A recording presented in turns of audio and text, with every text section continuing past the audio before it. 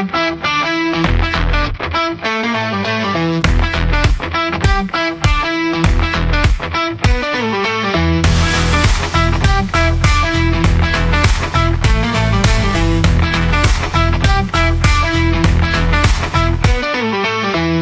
guys, Coach Joe here, coming at you today with a video about what your most common culprits of overestimating or underestimating our calories for each day is. So a lot of times, clients will come in, we'll talk about what our biggest hurdles might be, and a lot of times we're looking at people who are trying to gain or lose weight. Typically, those are the two camps people will fall in. Regardless of what reason it is, maybe to feel stronger, feel better, look better, whatever the case may be. Those are usually two of our most common goals. So one of the things that I've noticed a lot of people really struggle with is figuring out the little things that maybe making that little tweak. Like let's say they're going for, a pound a week and they're only seeing half a pound a week of weight loss, right? So some of the most common things are obviously our snacking and all that, but once we get past those, when we're tracking, some of the most common things are actually going to be things that you might not think of, right? So first off, we've got our typical healthy fats. Now, these fats are 100% good for you, right? They're good for your hormones, they're good for your joint health, and I'm not saying not to eat them. But sometimes, we'll pull out, you'll hear people say oh, have a whole avocado, or, have some nuts, right? Or whatever kind you're having, almonds, whatever, right? And when people do this, they will end up having a whole handful of nuts, right? Which might be 4 or 5 servings. A serving of most nuts is anywhere between 150 to 200 calories. So if you're having 4 to 5 servings, you could be having 1,000 calories worth of nuts, which is crazy to think about because usually this is something you put on top of a meal, right? So let's say your meal is 600 to 800 calories, then you throw 1,000 calories worth of nuts on top. Boom, you've now overeaten by about 1,000 calories, right? Which if you add that per day, it's about 2 pounds of extra weight loss right there, right? So just little things that you might not think about could be a huge difference maker.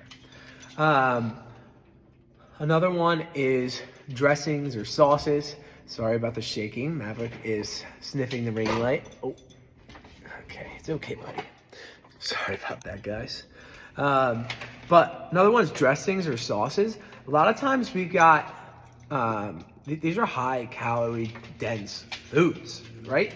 They're not gonna fill you up. They add a little bit of flavor and they may make or break a dish, but the problem is like an Alfredo sauce, for example, could be up to 180 calories, right? And you don't use really one serving typically of these things. It'll be 3 to 4 plus.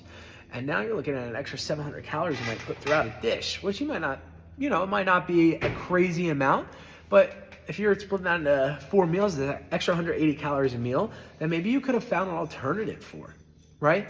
So being cognizant and weighing these things out is super important. Realizing how small a serving is of dressings or sauces or of nuts or legumes, because I think peanuts technically count as a legume, whatever, right?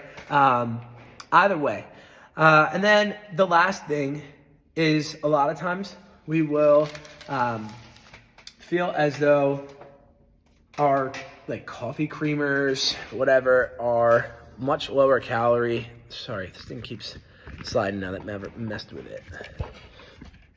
Our coffee creamers are much lower in calories than they seem, right? So you may be like, oh, I'm really only putting a tablespoon in. I did it the other day just to see if I eyeball it, how much creamer I'm putting in. I put in 5 servings. 5, right? That's 175 calories. Just right there, because the typical one is about 35 calories a serving. 5 servings. You do 2 cups of coffee, that's 350 extra calories, right? So if you take out these things, right? Just doing the quick math here, right? You got 1,000 calories worth of nuts. And this is an extreme example, but just for context, 1,000 calories worth of nuts, 350 calories worth of creamer, and you take out 180 calories worth of like a sauce, right? So now you're looking at almost 1,500 calories that you could, per day, that you could take out. 1,500 calories a day to lose 1 pound of body fat per week. You're looking at 500 calorie deficit. So if you take out 1,500 calories worth of this junk that might be like what's affecting you, you're looking at like a really, really big drop. Like it could be up to 3 pounds a week that you could swing this by, which means like if you're gaining a pound a week and these are the things that maybe you're struggling with and you feel like, oh, I eat really healthy, could be just the portions and some of the foods are just higher calorie that are healthy.